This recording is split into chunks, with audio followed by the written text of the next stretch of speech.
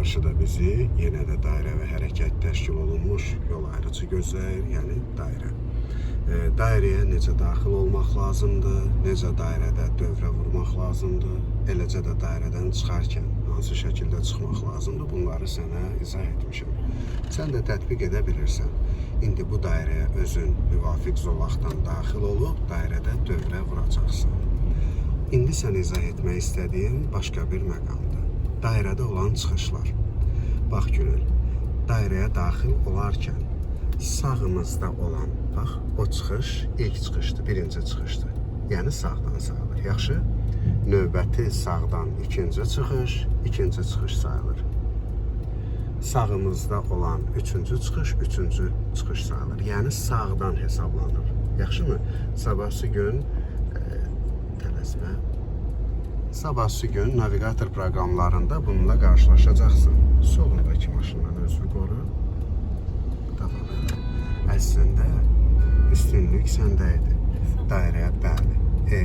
Eyni anda dairəyə daxil olurduq və biz onun sağındaydıq. Amma necə deyərlər, qanan qanmayana borcludur. Sürəti stabil saxla, sadəcə olaraq dairədə dövrə vururuq hələ ki. İzah etdiyim kimi, kəsişmələrdə üstünlük bizdə olmasına baxmayaraq özümüzü qorumalıyıq. Misal üçün, bax, qarşıda dairəyə giriş var, düzü. Ola bilər oradakı sürücülərdən hansısa biri qaydaya əməl etməsin, kör-körayına gəlsin, dairəyə daxil olsun, özünü qoru. Eləcə də burada təkrar olaraq vurğulayıram, üstünlük səndədir. Sən onlara yol verməyə borclu deyilsən. Sadəcə olaraq təhlükəsizliyimizi təmin etmək üçün diqqətli yanaşırıq.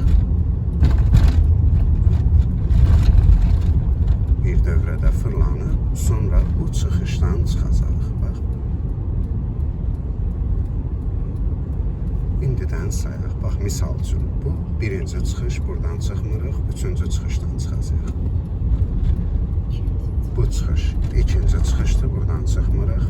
İndi üçüncü çıxışdan çıxmazdan əvvəl tələsmə, yandırma. Hələ yavaş-yavaş yan alırıq sağa. Zaten üstünlük bizdədir, düzü. Cüzü qaza toxun və bəli, sağa yandırırıq.